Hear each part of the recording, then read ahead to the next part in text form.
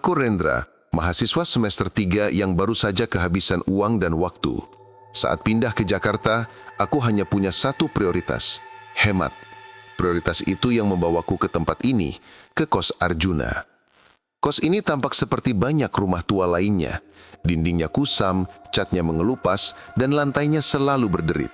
Hanya satu hal yang membuatnya istimewa, harganya setengah dari harga kos lain di sekitarnya. Aku mendapat kamar nomor 7, letaknya paling ujung di lantai 2, di sebelah gudang. Bapak sarankan, Dek, kalau malam jangan sering keluar. Itu kamar nomor 7 memang agak dingin, ujar Pak Jaya, penjaga kos yang bertubuh kurus dan matanya selalu tampak lelah saat menyerahkan kunci besi tua padaku. Aku mengangguk, menganggapnya sebagai nasihat biasa tentang keamanan lingkungan. Pintu kamar 7 dibuka dengan bunyi derit yang panjang. Kamarnya kecil, cukup untuk satu kasur busa tipis, satu meja belajar usang, dan lemari pakaian dari kayu jati yang berbau apek. Tapi ada satu hal yang langsung menusuk hidungku. Bau aneh. Bukan bau kotoran atau sampah, melainkan campuran aneh antara bau logam tua, karat, dan sesuatu yang amis, seperti daging mentah yang sudah lama terkena udara. Bau itu tipis, tapi persisten, terutama jika aku mencium kasurku. Mungkin ini bau lembab, gumamku mencoba bersikap rasional. Aku segera membuka jendela lebar-lebar, berharap udara Jakarta bisa mengalahkan bau misterius itu. Malam pertama adalah malam terberat. Setelah membereskan barang, aku ambruk di atas kasur. Kelelahan mengalahkan segalanya, termasuk bau aneh yang kini terasa lebih kuat saat aku berbaring. Tepat saat mataku hampir terpejam, aku mendengar suara. Bukan suara bisikan, melainkan suara gesekan yang sangat halus, seolah ada sesuatu yang ditarik pelan di lantai kamar, tepat di bawah kasurku. Aku segera duduk. Krek! Aku menghela nafas, meyakinkan diri bahwa itu hanya derit kayu tua yang menyesuaikan diri dengan suhu malam. Tiba-tiba, suara itu berganti. Kali ini sebuah bunyi ketukan yang sangat pelan, 3 kali, terdengar dari balik dinding lemari pakaianku. Aku menahan nafas, menajamkan pendengaran. Tok, tok, tok. Aku turun dari kasur, menyalakan senter HP, dan memeriksa lemari. Kosong. Aku menggeser lemari sedikit, memeriksa dinding. Tidak ada apa-apa. Hanya tikus, kosan tua. Putusku, meskipun suara ketukan itu terasa terlalu teratur untuk seekor tikus. Saat aku kembali ke kasur, mataku tak sengaja mencap-cap sesuatu. Di lantai kayu di bawah kaki kasurku, ada noda gelap kecil yang sebelumnya tertutup debu. Noda itu berbentuk lingkaran sempurna dengan warna coklat tua yang menyeramkan. Rasa lelahku sirna, digantikan oleh rasa penasaran yang dingin. Aku mencoba mengabaikannya dan kembali tidur. Namun aku tak bisa. Malam itu, di antara bau karat dan kelelahan, aku mulai merasa kamar nomor 7 bukan hanya dingin. Kamar ini menyimpan sesuatu. Aku tak bisa tidur. Noda gelap berbentuk lingkaran itu seolah menatapku kembali dari lantai kayu. Aku menghabiskan sisa malam dengan berpikir, apakah ini hanya noda tumpahan kopi atau ada hal lain? Pagi harinya, aku mencari Pak Jaya. Aku harus menanyakan tentang sejarah kamar ini dan bau amis yang tak kunjung hilang. Aku menemukannya sedang menyapu halaman depan. Pak, saya mau tanya, kamar 7 itu sebelumnya dipakai siapa ya? Dan lantainya ada noda aneh, tanyaku santai. Pak Jaya menghentikan sapunya. Wajahnya yang biasanya lelah kini tampak tegang. Oh, kamar itu sudah lama kosong, Dek. Yang terakhir itu, ya sudah lama sekali. Noda itu mungkin sisa-sisa air banjir zaman dulu. Kosan tua, Dek, maklum. Jawabnya cepat tanpa menatap mataku, lalu segera melanjutkan menyapu dengan gerakan tergesa-gesa. Reaksinya yang terlalu cepat dan defensif justru membuatku curiga. Kembali ke kamar, aku memutuskan untuk bertindak. Rasionalitas mengatakan itu hanya noda lama, tapi insting dan bau karat yang semakin menyengat berteriak lain. Aku membeli pembersih lantai keras dan sikat di warung terdekat. Aku menyiram noda itu dengan pembersih dan menggosoknya kuat-kuat. Bau kimia bercampur dengan bau amis yang terangkat dari serat kayu menghasilkan aroma yang memuakkan. Aku menggosok sampai keringat bercucuran. Setelah kering, noda lingkaran itu hilang. Aku menghela napas lega. Tuh kan, cuma noda biasa. Namun saat aku hendak mendorong kasur kembali ke posisi semula, aku melihatnya. Tepat di bawah tempat noda itu tadi, tersembunyi di balik kaki kasur, ada celah tipis pada papan lantai kayu. Celah itu tidak terlihat di pandangan mata normal karena tertutup debu. Tapi kini, setelah lantainya bersih, celah itu tampak jelas. Aku jongkok. Celah itu sangat kecil, mungkin hanya seukuran mata uang koin, tapi memanjang horizontal mengikuti alur papan lantai. Aku merasakan ada angin dingin yang berhembus pelan dari bawah sana, dan bersamaan dengan angin itu, bau amis itu menyeruak jauh lebih tajam. Aku mengambil obeng di kotak peralatanku. Tanganku sedikit gemetar, bukan karena takut, tapi karena sensasi aneh yang kurasakan. Aku sedang mengganggu sesuatu yang seharusnya tetap tersembunyi. Aku memasukkan ujung obeng ke celah itu dan mencongkelnya pelan. Krek! Papan lantai itu sedikit terangkat. Jantungku berdebar tak karuan. Aku menyorot senter HP ke dalam celah yang kini terbuka selebar ibu jari. Di bawah lantai kayu, yang kulihat adalah kegelapan pekat dan lapisan tanah yang sangat kering. Tapi di sisi dalam salah satu papan yang terbuka, tersangkut ada serat tipis berwarna merah yang menyerupai rambut panjang. Dan di samping rambut itu, ada sesuatu yang keras dan kecil. Aku menggunakan ujung obeng untuk mengorek benda kecil itu agar bisa dijangkau. Setelah beberapa kali percobaan, benda itu jatuh ke tanganku. Benda itu adalah sepotong kuku jari manusia yang patah. Kuku itu dihiasi dengan cat kuku berwarna merah marun yang sudah kusam dan terkelupas. Darahku serasa membeku. Ini bukan kuku jari kaki. Bentuknya terlalu rapi, terlalu melengkung. Ini adalah kuku dari jari tangan seorang wanita. Pada saat yang sama, bau karat dan amis itu memburuk drastis, seolah sesuatu di bawah lantai kini terganggu. Aku menjatuhkan kuku itu. Tanganku langsung lemas. Aku mundur sampai punggungku membentur dinding. Aku menatap celah gelap itu dengan ngeri. Lalu suara bisikan itu datang. Kali ini sangat jelas, seperti desahan udara yang dipaksakan. Akhirnya ditemukan. Suara itu datang dari celah di lantai. Setelah mendengar bisikan itu, aku tidak berpikir. Aku hanya bertindak. Refleks pertamaku adalah menutup rapat celah di lantai. Aku mendorong papan kayu yang terangkat, menutupinya dengan meja belajar, dan mengembalikan kasur ke posisi semula. Aku bahkan meletakkan ransel penuh buku di atas kasur, seolah beratnya bisa menahan apapun yang ada di bawah sana. Aku duduk di bangku meja belajar, gemetar. Kuku jari tangan yang patah itu masih tergeletak di lantai, di tempat aku menjatuhkannya. Aku mengambilnya dengan tisu dan memasukkannya ke dalam kotak korek api, lalu menyimpannya di saku jaketku. Kuku ini nyata. Bau amis ini nyata. Bisikan itu terlalu nyata. Aku mencoba mencari penjelasan logis. Mungkin kamar ini pernah menjadi tempat ritual aneh. Mungkin kuku itu milik seorang penghuni yang ceroboh. Tapi semua penjelasan itu runtuh ketika aku mengingat bau anyir yang tajam dan respons gugup dari Pak Jaya. Aku memutuskan malam ini aku harus keluar dari kamar 7. Dengan tergesa, aku mengunci kamar dan bergegas turun. Aku berniat tidur di masjid atau warung kopi 24 jam. Namun, saat melewati lorong lantai bawah, aku melihat Pak Jaya sedang duduk di kursi bambu sambil merokok. "Mau kemana malam-malam begini, Dek?" tanyanya tanpa menoleh. "Ada tugas kelompok, Pak," jawabku bohong. "Lampu di kamar 7 kok mati?" tanyanya lagi, kali ini menoleh dan menatapku lurus. Tatapannya kosong, seperti patung. Jantungku mencelos. Aku yakin aku meninggalkan lampu kamar menyala saat panik tadi. "Oh, iya. Tadi lampu sempat jeglek sebentar, Pak.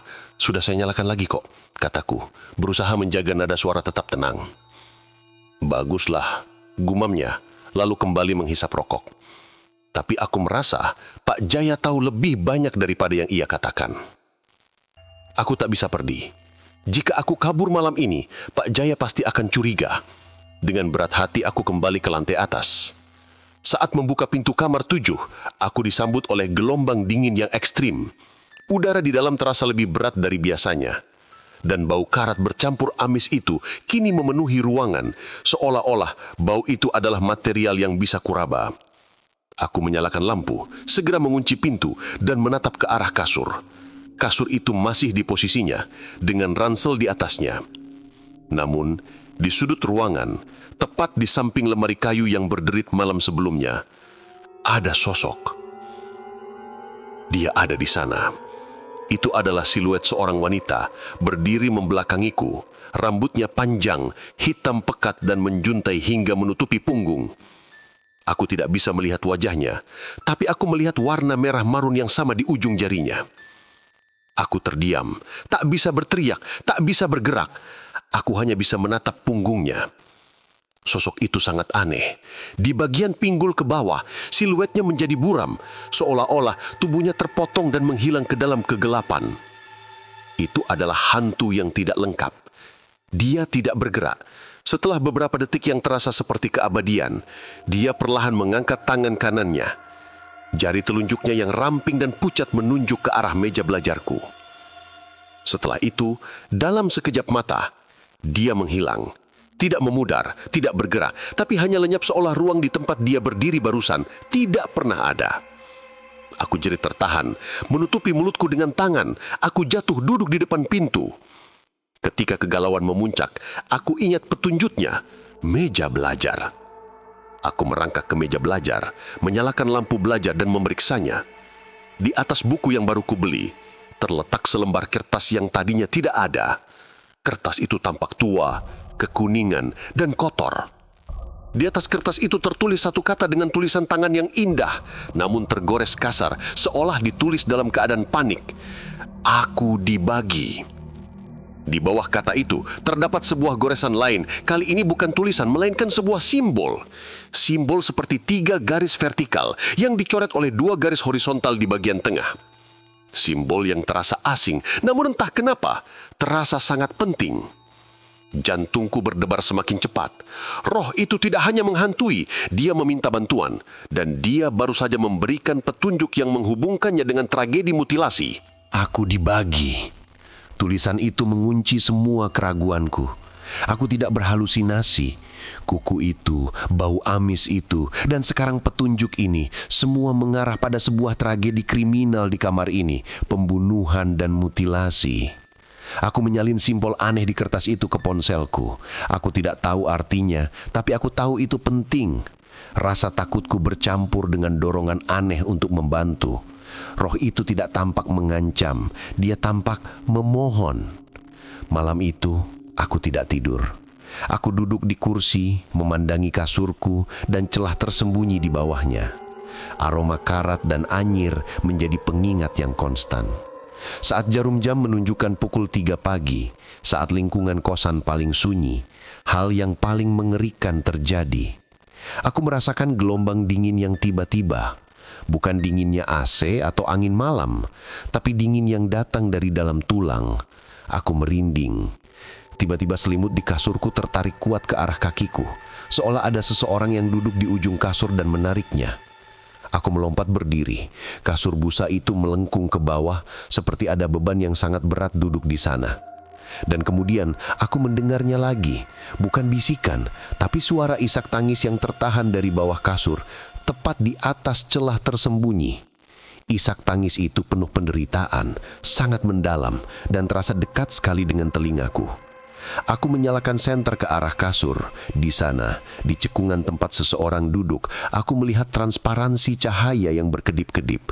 Sosok itu perlahan-lahan mulai membentuk. Kali ini sosok wanita itu tampak lebih jelas. Dia mengenakan gaun malam yang sudah lusuh. Wajahnya pucat, tapi matanya yang gelap kini menatapku dengan putus asa. Yang paling mengerikan, aku bisa melihat garis batas horizontal yang tegas di bagian bawah tubuhnya. Dia benar-benar terpotong. Dia hanya ada dari pinggang ke atas. Sisa tubuhnya menghilang dalam kabut gelap. Dia mengangkat tangannya, wajahnya bergerak seolah dia sedang mencoba bicara, namun suaranya hanya keluar sebagai isakan. Kemudian sosok itu bergerak cepat.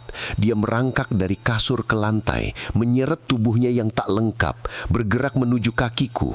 Kecepatannya mengejutkan dan aku nyaris berteriak. Tepat saat hantu itu berada di depanku, tekanan dingin yang luar biasa menghantam dadaku. Aku merasa sulit bernapas, seolah-olah tangan tak kasat mata sedang mencengkram paru-paruku. Roh itu tidak menyentuhku, tapi energi dinginnya melumpuhkanku. Dia mendekat, wajahnya hanya berjarak beberapa inci. Aku bisa merasakan nafasnya, dingin, berbau tanah dan maut. Dia tidak melakukan kekerasan, dia hanya memohon. Matanya memancarkan satu pesan, bantu aku ada di sini. Aku terhuyung mundur, menghantam dinding. Aku mencoba meraih gagang pintu, tapi kakiku lemas. Tiba-tiba, dia menoleh ke arah dinding kamar mandi yang terbuat dari bata. Lalu menoleh lagi kepadaku, mengulang isakannya. Dia menunjuk dinding itu dengan jari yang berujung kuku merah marun, lalu menunjuk celah di bawah kasur, dan terakhir menunjuk saku jaketku, tempat aku menyimpan kuku patah itu. Roh itu kemudian memudar dan tekanan dingin di dadaku lenyap seketika. Aku ambruk ke lantai, terengah-engah. Setelah beberapa menit, aku berhasil bangkit. Aku mengambil dompet dan ponselku. Aku tahu aku harus pergi, lari dan melupakan kuku, noda dan isakan itu. Namun aku kembali teringat ekspresi mata wanita itu. Dia bukan hantu jahat, dia adalah korban yang terperangkap. Aku membuka pintu, melihat ke lorong yang gelap. Sejenak aku ragu, jika aku melapor ke polisi dengan hanya membawa kuku dan cerita hantu, mereka akan menganggapku gila. Aku melihat kembali ke kamar 7, ke dinding kamar mandi yang ditunjuk roh itu. Aku tidak bisa lari, aku tidak bisa membiarkan penderitaannya terkunci di bawah lantai ini. Aku harus mencari tahu siapa dia dan siapa pelakunya. Ini bukan lagi tentang mencari tempat tinggal murah, ini tentang mengungkap kebenaran. Aku mengunci pintu kamar 7, tetapi aku tidak pergi. Aku pergi ke warung kopi 24 jam. Aku duduk, mengeluarkan ponsel, dan mengetik di mesin pencarian, kasus mutilasi Jakarta, 5 tahun lalu, korban perempuan. Aku menghabiskan sisa malam itu di sebuah warung kopi. Dinginnya AC terasa ramah dibandingkan hawa beku di kamar 7. Ponsel di tanganku menjadi satu-satunya penghubungku dengan dunia nyata. Aku memasukkan kata kunci. Kasus mutilasi Jakarta 5 tahun lalu, korban perempuan kosan. Setelah beberapa kali mencoba kombinasi kata, sebuah artikel lama muncul. Judulnya tidak terlalu heboh, karena kasusnya sudah terkubur waktu, tapi detailnya membuat darahku kembali dingin. Tragedi Kosan X, penemuan sebagian jasad mahasiswi di kawasan Kebayoran Lama. Artikel itu bercerita tentang hilangnya seorang mahasiswi bernama Maya 5 tahun lalu, yang akhirnya ditemukan dalam keadaan dimutilasi. Yang paling membuatku tercekat adalah lokasi penemuan jasad. Meskipun tidak secara spesifik menyebut Kos Arjuna, artikel itu menunjuk ke gang sempit dekat kampusku, lokasi yang persis seperti Kos Arjuna. Aku membaca lagi detailnya. Korban memiliki cat kuku merah marun saat terakhir terlihat. Ini cocok dengan kuku yang aku temukan di bawah lantai. Identitas roh itu adalah Maya. Aku menyimpan semua tangkapan layar dan menutup ponsel. Bukti fisik ada di saku jaketku, kuku, petunjuk hantu ada di pikiran, simbol dan dinding kamar mandi, dan sekarang aku punya konteks kasusnya. Aku tidak gila. Saat fajar menyingsing, aku kembali ke Kos Arjuna. Aku sudah punya rencana. Aku harus mencari tahu siapa saja yang tinggal di kos ini 5 tahun lalu, dan yang paling penting, siapa yang bekerja di sini. Pak Jaya. Dia adalah satu-satunya orang di sana yang tahu banyak tentang masa lalu kos ini, dan reaksinya yang canggung saat kutanya tentang kamar 7 masih menggangguku. Aku menghampirinya saat dia sedang menyiram tanaman. Pagi, Pak. Tadi malam teman saya cerita, katanya di sekitar sini pernah ada kasus pembunuhan ya, Pak. Bikin merinding. Aku membuka percakapan, berpura-pura santai. Pak Jaya menyiram tanaman itu dengan gerakan tiba-tiba. Air tumpah ke pot. Ah, itu cuma gosip lama, Dek. Namanya juga kosan tua. Kalau ada masalah besar, pasti sudah ditutup polisi. Jawabnya, senyumnya dipaksakan dan ada kerutan tegang di sekitar matanya. Tapi Bapak kenal dengan Pak RT atau pemilik lama kan? Mungkin ada yang tahu detailnya. Soalnya saya agak parno, Pak, tidur di kamar yang katanya angker. Aku mendesaknya sedikit lagi. Dia meletakkan selang air dan mendekatiku. Tatapannya kini berubah dari lah menjadi peringatan. Dengar, Dek Rendra, kos ini aman. Jangan dengarkan cerita-cerita orang. Kalau kamu terlalu banyak tanya, nanti mereka yang di dalam jadi terganggu. Katanya dengan suara rendah menunjuk ke arah kamar 7 di lantai atas. Mereka yang di dalam? Apakah dia merujuk pada roh atau pelakunya? Aku mundur selangkah. Baik Pak, hanya bertanya saja. Sudah, lebih baik kamu fokus kuliah. Jangan urusi hal yang bukan urusanmu. Pak Jaya menekankan kalimat itu. Aku menyadari satu hal. Pak Jaya tidak hanya menyembunyikan masa lalu kos. Dia mencoba mengintimidasiku agar berhenti mencari tahu. Kecurigaanku terhadapnya meningkat drastis. Dia bekerja di sini saat kejadian, dia yang memberiku kunci kamar korban, dan dia yang terlihat sangat ingin kasus ini tetap terkubur. Aku kembali ke kamar. Kali ini, kamar 7 terasa lebih dingin. Aku menatap dinding kamar mandi dan celah di bawah kasurku. Jika Maya, roh itu, ingin aku menemukan sesuatu, berarti bukti kunci ada di kamar ini. Dan jika Pak Jaya tahu tentang kejadian ini, mungkinkah dia terlibat, atau setidaknya menjadi kaki tangan yang membersihkan TKP? Aku harus mencari tahu makna dari simbol aneh itu, dan aku harus kembali melihat isi celah di bawah kasurku. Aku harus berhati-hati, karena sekarang bukan hanya hantu yang mengawasiku, tetapi juga manusia hidup yang menyimpan rahasia gelap. Setelah percakapan mencekam dengan Pak Jaya, aku tahu aku tidak bisa bergerak di malam hari. Mata penjaga kos itu ada di mana-mana. Jika Pak Jaya adalah kaki tangan, dia pasti tahu persis apa yang tersembunyi di kamar 7. Aku memutuskan untuk memanfaatkan waktu siang hari, ketika kosan relatif sepi karena sebagian besar penghuni bekerja atau kuliah. Aku mengunci pintu kamar 7 dari dalam. Aku tidak menyalakan musik. Aku butuh kesunyian total untuk mendengarkan jika ada langkah kaki di lorong. Langkah pertama adalah memeriksa celah lantai lagi. Aku memindahkan kasur dan meja belajar, membiarkan celah itu kembali terpapar. Aroma amis itu langsung menyeruak, meski kini terasa lebih lemah karena sinar matahari masuk dari jendela. Aku menggunakan obeng dan senter ponsel. Di bawah celah itu, aku hanya melihat tanah kering dan beberapa serangga mati. Namun, saat ku masukkan senter lebih dalam, aku melihat ada bagian semen kecil yang terlepas dari pondasi. Di bagian semen yang terlepas itu, aku melihat ada sesuatu yang berkilau. Aku menggunakan kawat gantungan baju yang kubengkokkan untuk mengorek benda itu. Yang kudapatkan adalah sebuah anting-anting kecil berbentuk kupu-kupu yang terbuat dari perak, tapi sudah kusam dan ternoda. Ini adalah bukti fisik yang lebih kuat lagi. Aku juga melihat ke sekeliling celah, mencari petunjuk lain. Di sisi kayu, aku melihat ada goresan halus seperti kode Morse, atau mungkin kode pelacak yang digunakan oleh pelaku. Aku segera menutup celah itu kembali. Terlalu berbahaya jika ada yang melihat. Setelah mengamankan anting-anting dan kuku Maya, aku duduk di meja belajar dan mengeluarkan kertas dari roh itu. Aku dibagi. 3 garis vertikal dicoret 2 garis horizontal. Aku menghabiskan waktu 1 jam mencari simbol itu di internet. Kode rahasia, simbol ritual, bahkan gang sign. Hasilnya nihil. Kemudian aku melihat ke sekeliling kamar.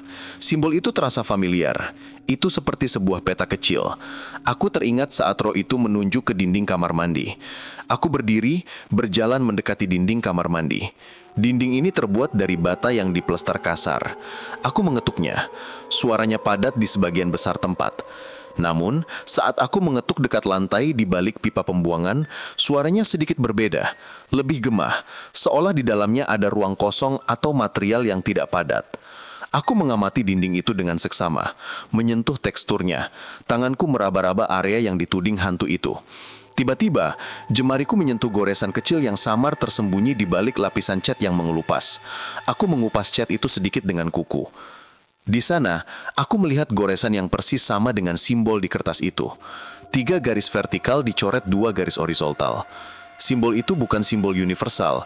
Itu adalah penanda dari Maya, atau bahkan dari si pembunuh yang menandakan sebuah titik tertentu.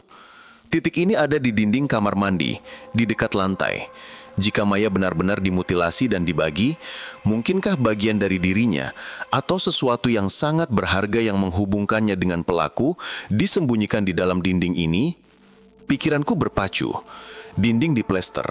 Mungkin jasadnya diletakkan di dalam sana, atau setidaknya alat pembunuhnya. Tiba-tiba, aku mendengar suara langkah kaki yang berat di tangga menuju lantai 2. Itu bukan langkah biasa, itu langkah yang berhati-hati tapi berbobot. Aku segera meletakkan kembali kertas dan obeng dan langsung duduk di kursi belajar, berpura-pura membaca. Pintu kamar 7 diketuk dengan keras. "Derendra, kamu di dalam? Kenapa kuncinya dikunci dari dalam siang-siang begini?" Suara Pak Jaya terdengar berat dan penuh tuntutan. Jantungku berdebar. Aku harus berpikir cepat. Ketukan di pintu kamar 7 terasa seperti palu yang menghantam gendang telingaku. Itu suara Pak Jaya, penuh tuntutan dan kecurigaan. "Derendra, kamu di dalam. Kenapa kuncinya dikunci dari dalam siang-siang begini?" Suaranya berat, tidak sabaran. Aku menarik napas panjang. Aku harus bertindak alami, seolah-olah aku baru saja melakukan hal yang wajar. "Sebentar, Pak," teriakku sambil mengatur barang-barangku yang berserakan di atas meja. Aku sengaja menunggu beberapa detik agar ketegangan di luar meningkat. Aku membuka pintu, memasang wajah cemberut. "Maaf Pak Jaya, saya sedang sakit perut parah. Saya sengaja kunci dari dalam biar tidak ada yang mengganggu, sekalian biar baunya tidak keluar." Aku langsung menunjuk ke arah kamar mandi. Aku memanfaatkan bau amis yang memang selalu ada di kamar itu. Mata Pak Jaya menyipit. Dia mengamati wajahku dan kemudian menyapukan pandangannya ke seluruh ruangan. "Sakit perut. Tapi tadi pagi kamu terlihat baik-baik saja," tanyanya, suaranya mengandung keraguan yang jelas. "Iya Pak, mendadak, makanya saya buru-buru pulang. Bau di kamar ini juga makin parah kalau saya sakit begini," kataku berusaha menjaga kontak mata. Pak Jaya masuk selangkah, melewati ambang pintu dan menghendus udara. Aku harus menghalanginya agar tidak mendekati kasur yang baru kudesak ke tempatnya. "Saya tadi lihat kamu buru-buru keluar pagi-pagi sekali. Mau lapor ke saya kenapa tidak bilang?" Dia tidak peduli dengan alasan sakit perutku. Dia fokus pada pergerakanku. "Saya ke warung Lapi 24 jam, Pak. Beli obat dan bubur. Saya pikir itu tidak penting untuk dilaporkan," jawabku santai. Tiba-tiba, mata Pak Jaya jatuh pada noda kecil di dinding kamar mandi. Itu adalah sisa cat yang baru saja aku kupas untuk melihat simbol rahasia itu. Aku merasa jantungku berhenti. "Itu... Kenapa dindingnya dicungkil, Dek?" tanyanya perlahan, nada suaranya berubah menjadi dingin dan mengancam. "Oh, itu..." Aku bergerak cepat dan berdiri di depan noda itu, berpura-pura menggaruknya. "Tadi saya iseng, Pak, ngupas cat yang sudah usang. Saya kira di dalamnya ada lumut. Kosan tua kan sering begini." Pak Jaya tetap diam. Dia berjalan mendekati dinding itu. Aku tahu, dia tidak akan percaya. "Dinding ini bagus, Dek. Jangan dirusak. Kamu tahu kan, kalau merusak properti kos harus ganti rugi," katanya. Tetapi tatapannya bukan marah karena kerusakan properti. Tatapannya adalah ketakutan yang tersembunyi. Dia menghela napas, mundur selangkah, dan menyimpulkan, "Sudahlah, kalau sakit istirahat. Jangan banyak ulah di kamar ini. Ingat, saya selalu tahu apa yang terjadi di setiap kamar." "Siapa?" kataku, lega, menunggu dia keluar. Saat pintu Pak Jaya mencapai, dia berhenti dan berbalik lagi. Bibirnya menyunggingkan senyum aneh. Oh ya, kamu tidurnya ya, Dek? Tidak ada yang mengganggu kan?" tanyanya kali ini dengan penekanan pada kata mengganggu. Dia tidak lagi bertanya tentang hantu. Dia bertanya apakah ada yang membuat Rendra mencari tahu. "Nyenyak, Pak, hanya agak bau saja," jawabku memaksakan senyum santai meskipun tanganku sudah berkeringat dingin di belakang punggungku. Pak Jaya mengangguk, lalu pergi menutup pintu dengan bunyi klik yang menusuk. Begitu pintu tertutup, aku langsung jatuh ke lantai. Ancaman Pak Jaya nyata. Permainan ini sekarang tidak hanya melibatkan hantu, tetapi juga orang hidup yang mungkin adalah kaki tangan pembunuh atau bahkan pembunuh itu sendiri.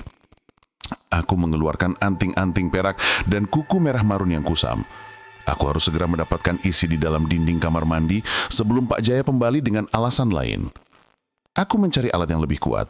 Aku menemukan palu kecil dan pahat tipis yang kutinggalkan di gudang sebelah kamar untuk keperluan tugas seni rupa.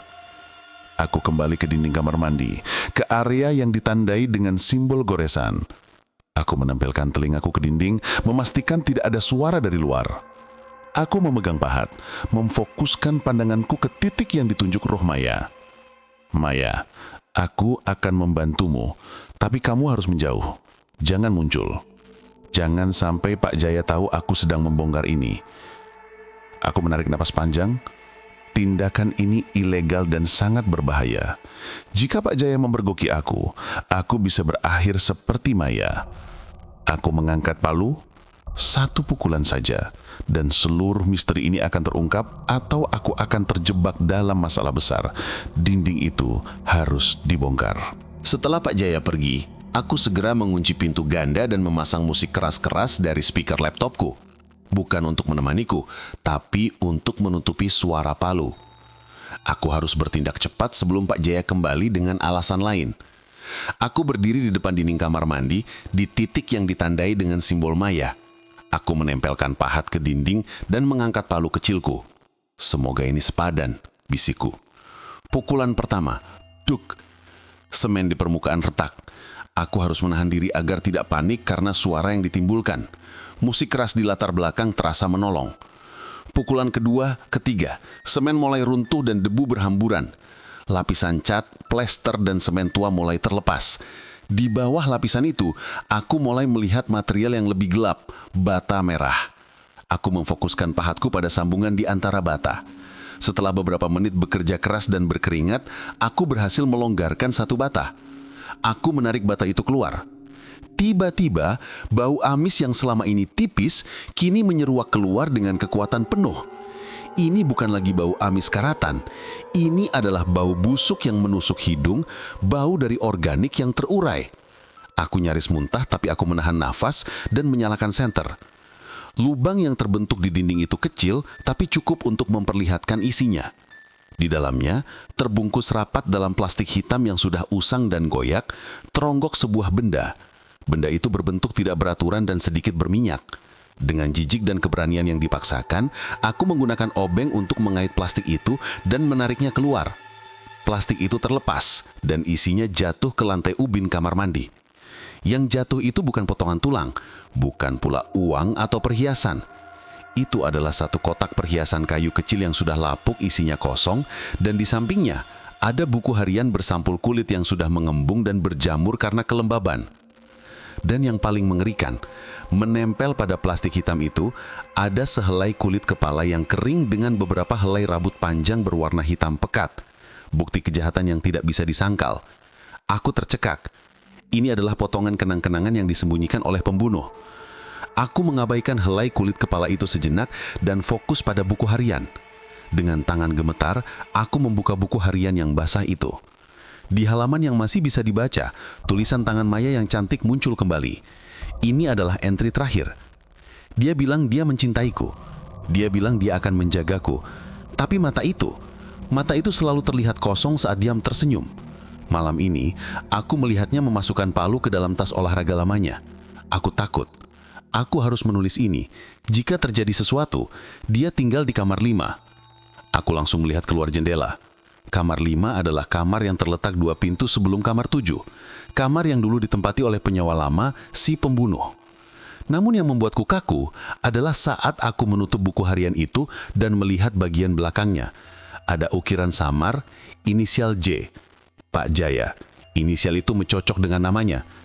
Tapi apakah Pak Jaya adalah pembunuhnya? Atau dia hanya menyembunyikan bukti milik pemilik asli kamar 5? Tiba-tiba, musik di laptopku mati karena power cut. Kosan menjadi sunyi senyap. Aku mendengar langkah kaki di tangga, dan kali ini langkah itu tergesa-gesa. Jantungku berdebar kencang. Pak Jaya sudah kembali, dan dia pasti menyadari keheningan di kamar 7. Lalu di celah kecil tempat aku mengeluarkan bata, kabut dingin muncul. Sosok Maya yang tidak lengkap kini muncul sebagian dari lubang di dinding.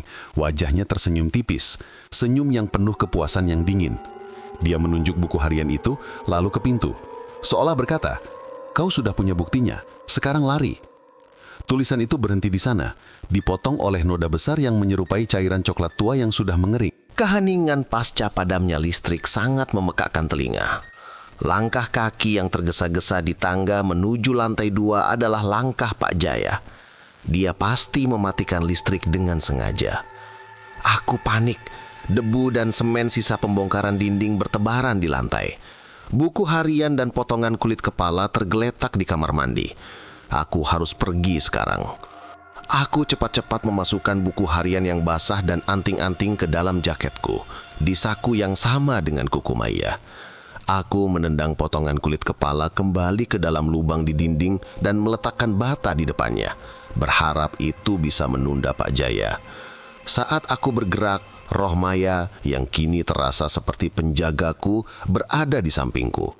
Kabut dinginnya mengelilingiku seolah-olah memberikan energi. Terlambat, Dek. Suara Pak Jaya menggelegar dari depan pintu. Dia sudah berada di ambang pintu, mencoba membuka kunci. Aku tahu kunciku tidak akan menahannya lama.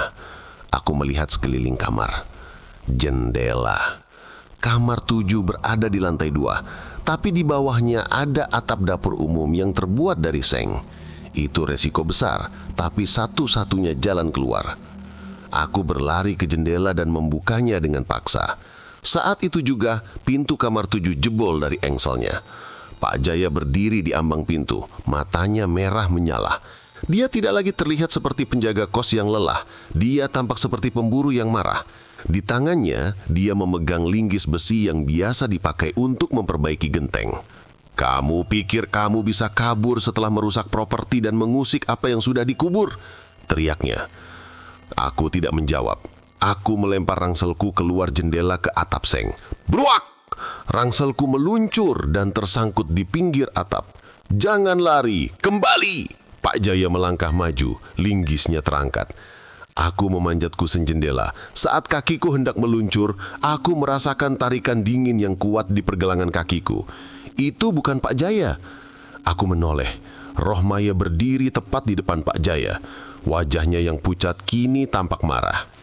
Sosoknya yang tidak lengkap mengeluarkan aura dingin yang luar biasa, membuat Pak Jaya terhenti di tengah langkahnya, seolah-olah ada dinding tak kasat mata yang menahannya. Pak Jaya tersentak. Dia melihat ke atas dan ke sekeliling, merasakan dingin yang ekstrim, tapi dia tidak bisa melihat Maya. Dia hanya tahu ada sesuatu yang melindungiku. "Keluar, keluar dari sini, iblis!" teriak Pak Jaya melambaikan linggis ke udara kosong di depan Maya. Itulah waktu yang kumanfaatkan. Aku meluncur keluar jendela, kakiku mendarat keras di atap seng.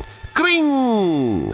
Suara seng berderit dan berdentum keras, pasti terdengar ke seluruh kos. Aku merangkak cepat di atas atap seng yang panas menuju ke tepi. Aku melompat turun ke gang sempit di samping kosan, mendarat dengan lututku. Sakit, tapi aku tidak patah. Di belakangku, aku mendengar Pak Jaya berteriak dari jendela kamar 7. "Aku tahu siapa kamu! Kembali kau bocah sialan!" Aku berlari sekencang mungkin, tidak menoleh ke belakang. Aku tahu dia tidak bisa mengejarku dengan cepat. Saat aku mencapai ujung gang dan keluar ke jalan raya yang ramai, aku berhenti sejenak. Aku merasakan dinginnya malam menghilang, digantikan oleh hawa panas Jakarta. Aku selamat.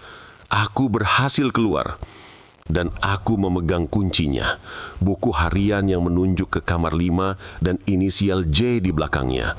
Kuku, anting-anting, dan buku harian itu semua adalah bukti yang kuat. Aku segera memanggil nomor telepon darurat polisi. "Tolong, saya tahu tentang kasus pembunuhan mahasiswi yang hilang 5 tahun lalu. Pelakunya masih ada di sana, di kos Arjuna. Saya punya bukti dan saya sedang dikejar," kataku dengan napas berengah-engah. Setelah panggilan daruratku, polisi awalnya ragu. Tapi begitu aku menyebut kasus Maya, kuku merah marun, dan buku harian, nada bicara mereka berubah serius. Aku bertemu mereka di sebuah kantor polisi terdekat dan menyerahkan semua bukti, kuku, anting, dan buku harian. 3 jam kemudian, tim investigasi forensik dan polisi bersenjata lengkap bergerak menuju kos Arjuna. Aku menemani mereka. Jantungku berdebar antara takut dan lega. Kos Arjuna yang biasanya sunyi, kini disinari lampu sorot mobil polisi. Petugas mendobrak pintu gerbang. "Jaya, keluar!" teriak seorang komandan. Kami melihat Pak Jaya berdiri di lorong lantai bawah, memegang linggis. Wajahnya pucat pasi, matanya liar. Dia tidak lari, dia menunggu. "Kenapa kalian ke sini? Ini hanya masalah sewa-menyewa," teriak Pak Jaya, mencoba tampak tenang, tetapi suaranya bergetar. "Kami tahu tentang Maya, kami tahu tentang kamar 7, kami punya buktinya," balas komandan sambil menunjukku. Pak Jaya menatapku dengan kebencian murni. "Kau bocah sialan, kau tidak tahu apa-apa." Sementara beberapa petugas menahan Pak Jaya, tim forensik langsung bergerak ke kamar 7. Aku ikut masuk. Kamar 7 masih berantakan. Polisi menemukan lubang di dinding kamar mandi dan mengambil sisa bata serta sisa plastik dan helai kulit kepala yang aku tinggalkan. Bukti fisik itu menguatkan kesaksianku. "Periksa kamar 5, aku mendesak, sambil menunjukkan entry di buku harian Maya yang menyebut dia tinggal di kamar 5. Tim forensik bergerak ke kamar 5. Pintu kamar itu terkunci rapat. Setelah didobrak, kamar itu terlihat kosong, hanya perabotan usang. Namun kamar itu memiliki bau yang sama dengan kamar 7, hanya saja lebih samar. Saat polisi sedang memeriksa, aku merasakan udara di kamar itu menjadi sangat dingin. Dinginnya melebihi kamar 7. Aku tahu, Maya ada di sana, ingin kebenaran terungkap di kamar ini. Seorang petugas menyentuh kasur busa tipis di kamar 5. "Periksa di bawah kasur," perintahnya. Di bawah kasur, mereka menemukan sesuatu yang jauh lebih mengerikan daripada di kamar 7.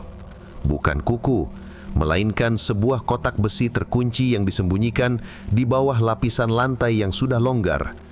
Dengan alat khusus, kotak itu dibuka. Isinya membuat semua orang tercekat. Di dalam kotak besi itu terdapat 5 jari kaki yang terpotong rapi, sebuah pisau berkarat dengan noda coklat kehitaman, dan yang paling mengejutkan, sebuah SIM card ponsel yang masih utuh. Ini adalah sisa jasad Maya yang hilang dan alat kejahatannya. Pak Jaya, yang melihat polisi membawa kotak besi itu, tiba-tiba ambruk. bukan saya yang membunuhnya, tapi saya yang membersihkannya," teriaknya histeris saat digiring ke lantai atas. Aku menatapnya. "Inisial J di buku harian itu. Kau yang menulis inisial J di belakang buku harian itu. Kau yang memutilasinya." "Bukan saya," Pak Jaya berteriak, air mata mengalir. "Yang membunuhnya adalah Joko, pemilik kamar 5. Dia yang memutilasinya dan menyuruh saya menyembunyikan sisanya di dinding kamar 7 agar kasusnya hilang. Saya disuap, saya takut." Joko, bukan Pak Jaya. Pak Jaya hanya kaki tangan. Tiba-tiba lorong di sekitar kamar 7 dan kamar 5 menjadi badai kabut dingin. Roh Maya muncul. Dia berdiri di antara kami semua. Kali ini lebih utuh dari sebelumnya. Dia memiliki kaki, tetapi sosoknya masih transparan dan menyedihkan. Maya menunjuk Pak Jaya. Wajahnya penuh amarah, seolah menuntut keadilan segera. Petugas polisi yang menahan Pak Jaya merasa kedinginan luar biasa. Pak Jaya menjerit, menatap lurus ke arah Maya. "Ampun, saya hanya menyembunyikan. Maya, maafkan aku tidak bisa menolaknya." Pak Jaya tersungkur, memohon ampun pada roh yang hanya bisa kulihat sepenuhnya. Joko kabur setelah kejadian itu, melarikan diri. Dia bilang dia akan kembali mengambil buku harian itu, tapi dia tidak pernah kembali. Pak Jaya mengakui segalanya. Polisi segera mengamankan Pak Jaya dan barang bukti untuk melacak Joko, pembunuh utama yang menempati kamar 5. Di tengah kekacauan, roh Maya menoleh kepadaku. Matanya tidak lagi dipenuhi kesedihan yang putus asa, melainkan ketenangan. Dia mengangguk pelan, seolah mengucapkan terima kasih. Kemudian, kabut dingin itu perlahan menghilang bersamaan dengan sosok Maya. Setelah badai di kos Arjuna mereda, yang tersisa hanyalah lampu sorot polisi, garis kuning peringatan, dan debu semen dari kamar 7. Aku dibawa ke kantor polisi sebagai saksi kunci sekaligus pelapor. Selama berjam-jam, aku memberikan kesaksian. Aku menceritakan semuanya, mulai dari bau aneh, penemuan kuku, bisikan, penampakan Maya, sampai penemuan buku harian di dinding. Aku menyampaikan informasi seakurat mungkin, sengaja mengurangi detail supernatural dan lebih menekankan pada bukti fisik yang kutemukan. Petugas kepolisian yang sudah menemukan 5 jari kaki dan pisau berkarat di kamar 5 mempercayai setiap kataku. Tentu saja, mereka mencatat penampakan hantu sebagai pengalaman saksi yang tertekan. Aku mengetahui detail tragis dari kasus ini. Maya, korban, adalah kekasih dari Joko, pelaku, penghuni kamar 5. Joko membunuh Maya di kamar 7 saat mereka bertengkar hebat, lalu memutilasinya untuk menghilangkan jejak. Dia menyuap Pak Jaya untuk menyembunyikan sisa tubuh dan alat bukti di kamar 7, sementara sisa jasad lainnya dibuang ke tempat yang jauh. Joko kemudian kabur, meninggalkan Pak Jaya untuk menjaga rahasia itu. Inisial J di buku harian itu memang milik Joko, namun buku itu tersimpan di tempat yang diketahui Pak Jaya, membuat Pak Jaya menjadi tersangka yang paling mudah dilacak. Setelah proses kesaksian selesai, aku kembali ke kos Arjuna di bawah pengawalan polisi untuk mengambil barang-barangku dari kamar 7 yang kini menjadi TKP. Kos Arjuna kini tampak sepi dan mati. Garis polisi membentang di sekitar tangga menuju kamar 7 dan 5. Aku bertemu dengan pemilik kos, seorang wanita paruh baya yang datang dengan wajah panik. Dia syok saat mengetahui propertinya selama ini digunakan untuk menyembunyikan kejahatan keji. Dia segera mengumumkan bahwa kos Arjuna akan ditutup permanen dan dirobohkan untuk menghilangkan jejak tragedi itu. Saat aku masuk ke kamar 7, pintu yang jebol sudah diganti dengan papan kayu sementara. Aku mengemasi tasku. Aroma kamar itu sudah berubah total. Kini berbau pembersih kimia forensik dan semen segar dari lubang yang ditambal sementara. Aku tidak merasakan lagi hawa dingin atau kehadiran Maya. Rasanya tugasnya sudah selesai. Dia berhasil menggunakan keputusasaan dan rasa ingin tahuku untuk mengungkap kebenaran yang tersimpan selama 5 tahun. Aku duduk di tepi kasur.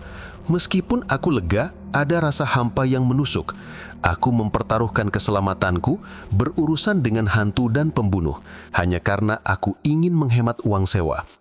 Aku berhasil keluar dari neraka itu, tetapi pengalaman itu meninggalkan bekas luka psikologis yang mendalam.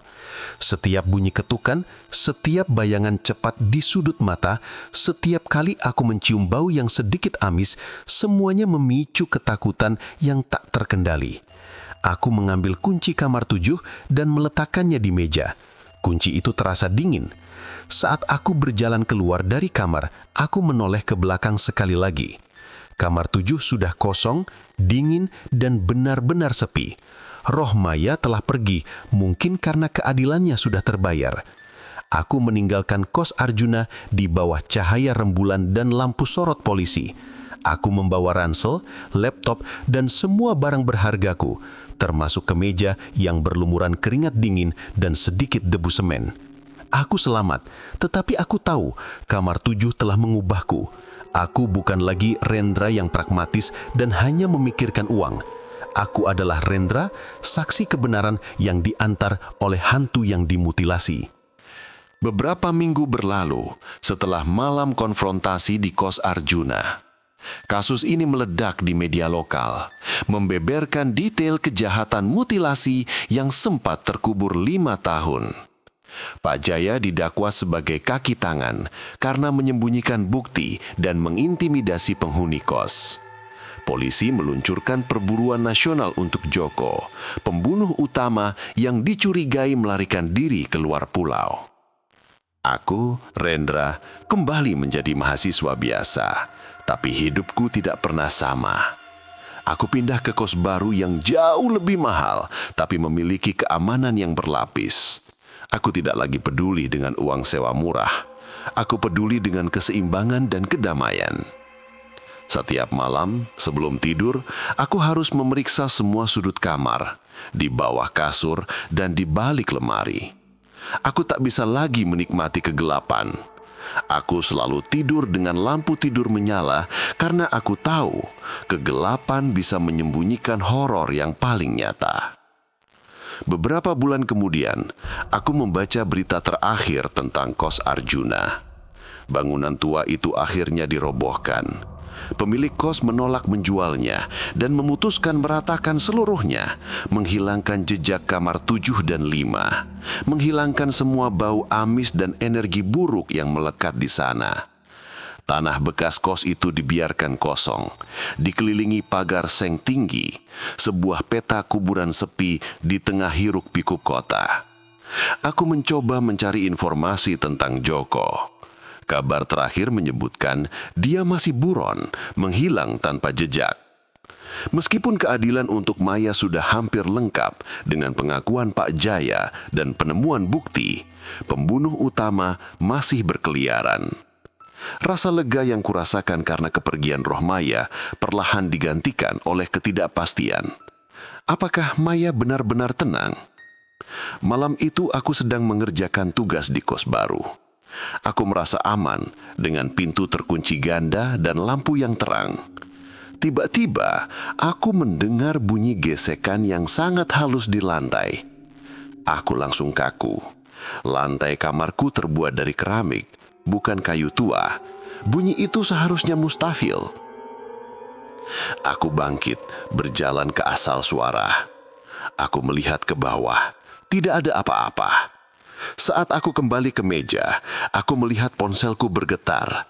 Sebuah pesan masuk di aplikasi media sosial yang sudah lama tidak kugunakan.